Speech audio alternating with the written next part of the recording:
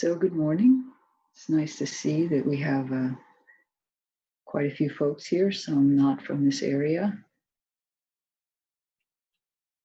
So I'll begin by bringing up two scenarios. One is that when people go on retreat, often at the end of the retreat, they'll say something like, how can I take this back into my regular life? How can I make what I felt here on retreat more a part of my daily living? And this is a very natural and healthy question that people have.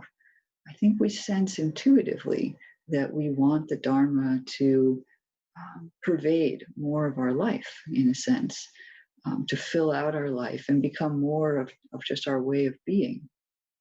And this is actually the direction that the Dharma goes as the path just naturally develops. As we keep practicing, the Dharma becomes broader and fuller. And then the second scenario is to say that people often want to deepen their practice. And in fact, that's Gil said recently that after having read decades of what people write on their little form before they come to a retreat, is that the most common intention in coming to a retreat is to deepen their practice. So this is also a natural movement that we have as we're on the path, is that we want to have more concentration or just more ability to be non-reactive, or even to seek the deeper aspects of liberation that are pointed to in the teaching. This is also quite natural, is that the Dharma tends to become deeper and stronger as we walk the path. So the Dharma has some strength to it, and it also grows in both depth and breadth. So the Buddha gave teachings about this. He talked about 4 strong bases, or even sometimes they're called roads, by which the Dharma gains fullness in our life, and by which it strengthens our heart, enlivens our mind, and starts to pervade our whole life. So these 4 bases are things that we can kind of turn our whole being toward and use to direct our energy in practice, whether we're aiming for depth or for breadth at a given time. And I think we do both over the course of our practice. So these 4 are meant to be inspirational, to bring up a sense of, yes, this is the vitality behind my practice. This is the source of power or potential in my practice. We can gather ourselves around these 4 so that they infuse our path to liberation. So these 4 bases or roads are named as desire, energy, mind, and investigation. And I'm going to describe each one a little bit more. But I encourage, as you listen to the descriptions, to consider whether at this time one of them maybe stands out as especially alive for you right now or juicy for you right now. I have the sense that at a given time, a person's mind might be most attuned to one or maybe 2 of them. They're kind of related a little bit to our character and the way we approach practice. So in the Pali Suttas, these 4 are called the 4 Iddhipada, or 4 bases of power. That's the usual translation. So I'll talk about them first, and then I'll give some larger context to this teaching. So as I mentioned, the first of these is called desire, which is kind of a funny word to use in the Buddhist tradition, right? We're not supposed to be into desire, but this is a particular kind of desire. And the Pali word for it is chanda. And it's meant to be the kind of longing or calling that we feel, this desire for liberation. The mind has to want to walk on this path. It's hard enough that we need to have some desire there to do this. And so this is a kind of desire that's not really self-focused. It's goes beyond our personal wishes. And so some people have even called it a calling. That we may be on this path because we have some calling. Whether we can even explain it logically or not doesn't matter. It's this kind of desire that comes through the heart, Dharma desire. And then the second of these bases is energy. And the Pali word for it is virya. It appears in actually many lists, but when it's used here as a basis of power, this is kind of an upwelling of energy in the body and also in the mind, where we just have a sense of applying ourselves toward the path. There's a effort, but not in an effortful way. It's just how else would we be using our energy? It just flows the way maybe a river flows down a channel quickly if it's well channeled. It's possible that the Buddha used this particular basis of power in his own practice. Of course, he had all of these in some ways, but like when he sits down under the Bodhi tree and makes his vow that he will sit there until he's awakened. We may not be at that point in our practice, but that's a sense of energy, of really bringing the full energy. The third of these bases of power is mind. And the word is actually chitta, which is understood to be the heart and the mind together. It's there isn't such a distinction made in the ancient Indian tradition between the rational and the emotional side, or the heart and the mind. And so this chitta is meant to capture both of those. And in the case of using it as the basis for walking the path, this becomes something like wholeheartedness, a real sense of every part of my life is part of my practice. And everything that happens, I'm going to turn into the path somehow, using that lens, that sense from within of meeting our life completely with the Dharma. And this is more the kind of the chitta orientation of the wholeheartedness. It's all practice, it's all path.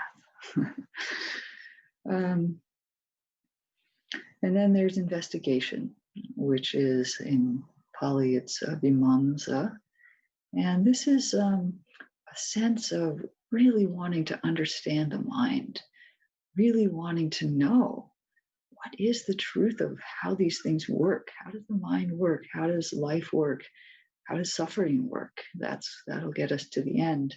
And really a deep curiosity and a wholesome, energetic investigation of experience, all the time curious about this life and how to live it well and how to awaken through it.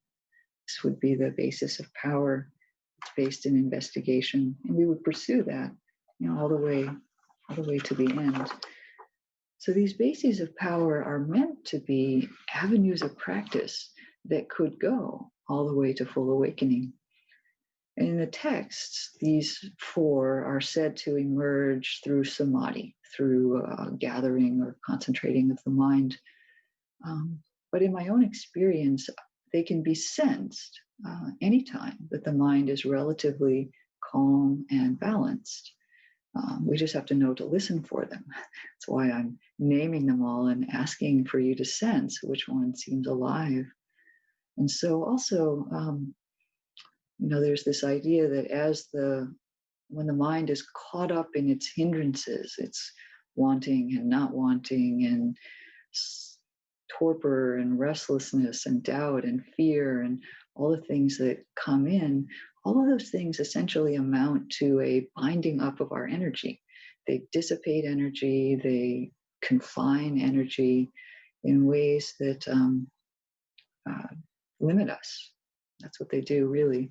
And so as those start to calm down, even in a simple way, like through half an hour of meditation, there's some freeing up of energy that comes from that. And that energy can be directed toward the path. If we have that intention, it can be freed up and directed toward practice.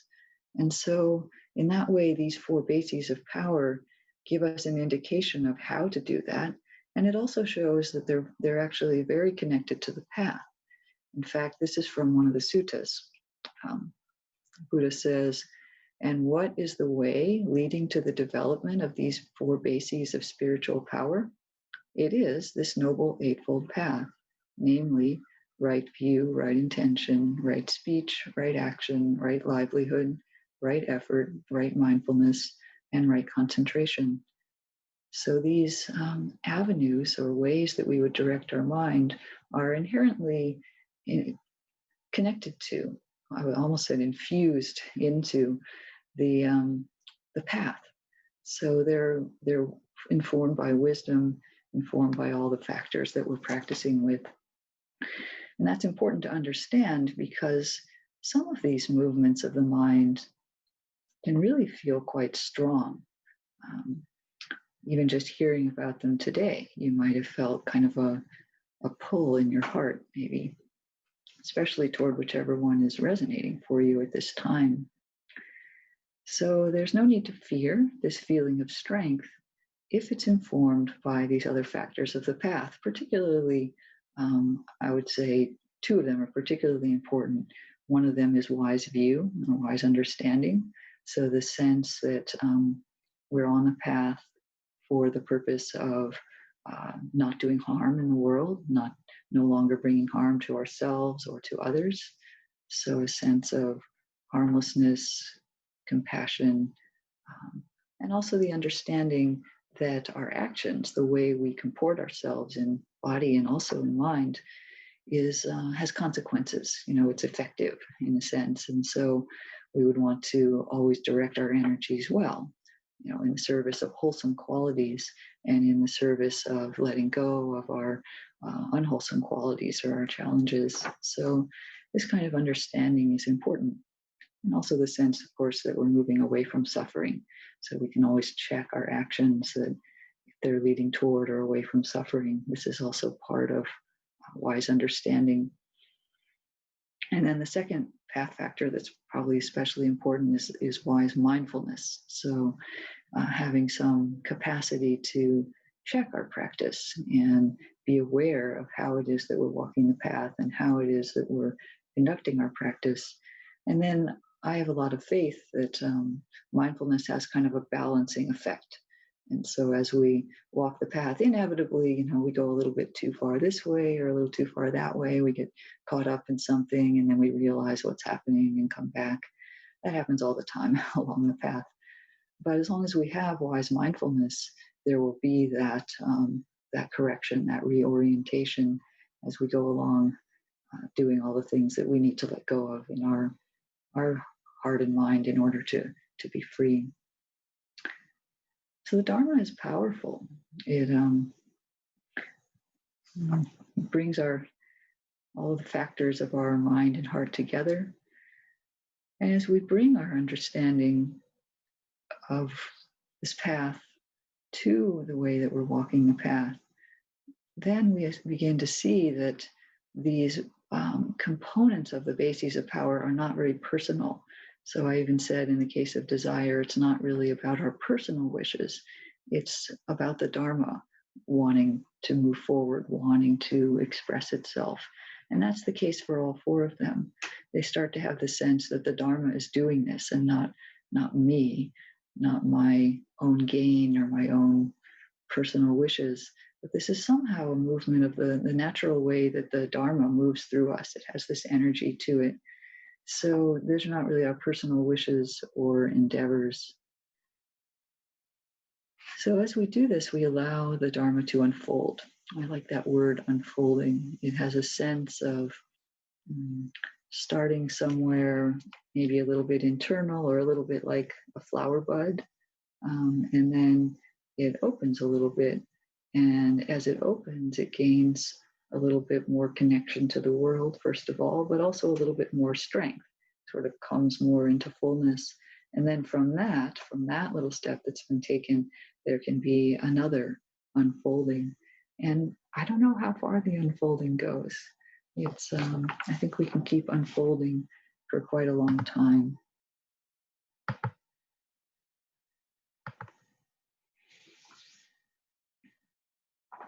So I heard one teacher sum up these four bases of power in this way. He said, fullness, strength, humanity. I liked that a lot, those three words together, fullness, strength, and humanity. When those are the way that our practice is infused, it has a lot of powerful effects. So because these bases of power are connected to the path, and particularly to wise intention, the intention of compassion, the intention of loving kindness, of non-harm, we can have no sense of conflict between kindness and compassion and making strong effort and bringing power to the path. So there's another of the eight that is important to bring in, is the intention, so that there's a sense of wholeness and also softness. As we walk on the path, we become not only stronger and sort of more capable in certain ways, there's also a softening. So there's always this balance of the softness and the strength and the continued unfolding into a flower. Flowers are both soft and give this image of strength. There's a book by Ajahn Pasano called Don't Hold Back. It's interesting, right, that a monk who lives by the rules of renunciation, by a very simple lifestyle, would then write a book called Don't Hold Back. He'd be giving this message of not holding back. But this is the essence of fully engaged practice, is that it infuses our whole life, and that even as we are completely committed to restraining our harmful habits, there's a fullness and a strength that comes from that. And this is the depth and the breadth that I talked about that we naturally want through practice. So please consider whether one or another of these infuses your practice and feels inspiring to your heart on this day. So desire, energy, mind, and investigation. And maybe some way that they could be infusing your life at this time. So I said that I would talk first about these four bases of power, and then I would give a little bit more of the Dharma context for them. And let's go into that now. So these are the bases of power, the Iddhipada, and they do actually tie into the ancient Indian understanding that there is the attainment of various supernormal powers through meditation. Remember that in that culture, there were a group of people who lived outside of society and had devoted their life really to practicing a lot of different methods or techniques of meditation. Buddha was also in that group, who was kind of outside of society. But so he acknowledged, that these psychic powers and various things were possible through practice. He acknowledged that because it was already common knowledge in that society. It seems, sort of maybe more novel to us. But these are things that we will have heard of in other spiritual contexts, these powers. So there are things like walking through solid objects, walking on water, flying through the air, other feats that might appear miraculous to an average untrained person. You might be saying now, what does this have to do with the Buddhist teachings? Things like mindfulness and metta and insight. So hang on. First of all, it is worth considering that the mind has a lot more capability than we typically allow ourselves to believe. We have very little idea of what our mind is capable of. And I think it's important now and then to consider that the full capacity of the mind is really quite vast. And in fact, understanding that the mind probably has a lot of these kinds of potentials, I would say is part of wise view, part of understanding what is the potential for the mind to release its habits and its suffering and open into more of what its full potential is. But in the Buddha's characteristic way, he included understandings from his time. He kind of wrapped them into his teachings, but he found a way to skillfully direct them toward what he wanted to teach, which was what is wholesome and what leads toward liberation. So the Buddha didn't deny the psychic powers or the kind of special knowledges that can come through practice, things like being able to see far away, hear things far away, these kind of, they're called the abhinya, these kind of deep understandings of how mind and matter work. And when we understand those things, we can do things that look like miracles.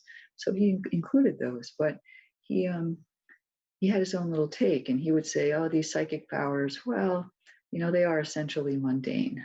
You can do those without any real understanding of awakening. And in fact, he forbade his monks and nuns from displaying these powers for the purpose of gaining followers or gaining requisites or anything like that. Although the texts do show him using them at times when they would be effective.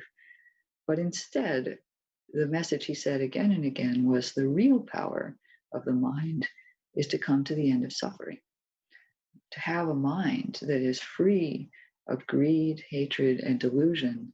That is real power. So he was clear about that.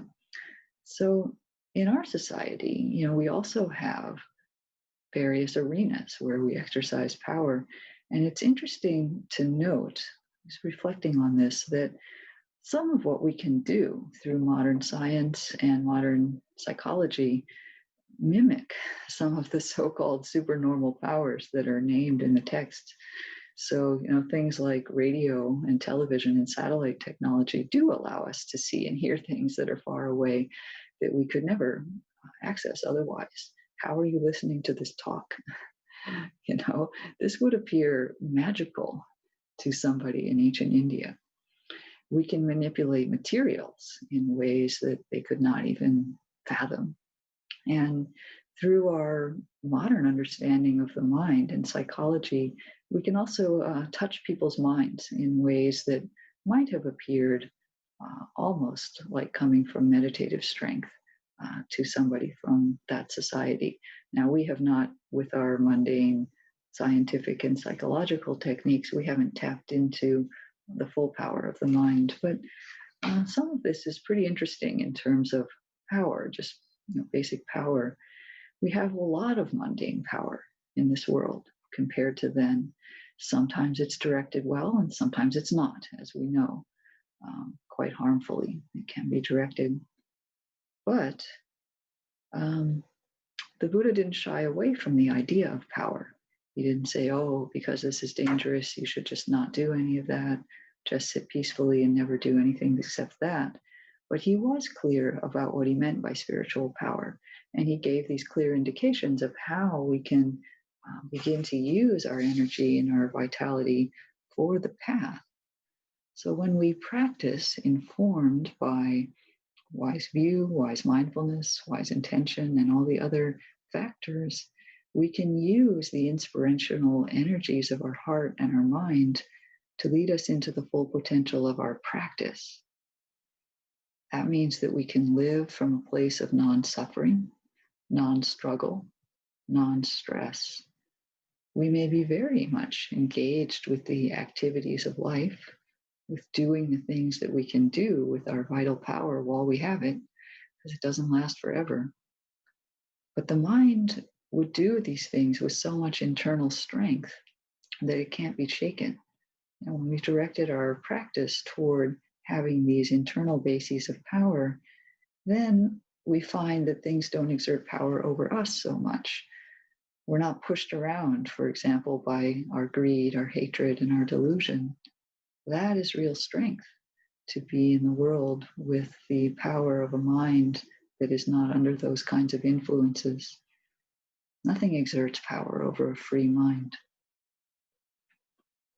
So whether your interest is in broadening your practice to encompass more of your life, to connect with more of your life, or in deepening your practice to discover maybe some of the more profound sides of the teachings, these four bases of spiritual power can enhance that. They can bring the Dharma more and more into your life. So, wholesome desire, full energy, wholeheartedness, and keen investigation.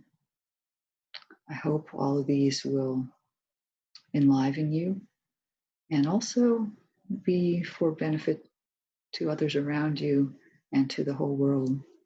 The world needs the strength and power of the Dharma right now. It has a lot of other dissipations of its energy, shall we say. So these kinds of power that we can bring through practice is really very much needed. And I wish you all very well in that. May there be peace.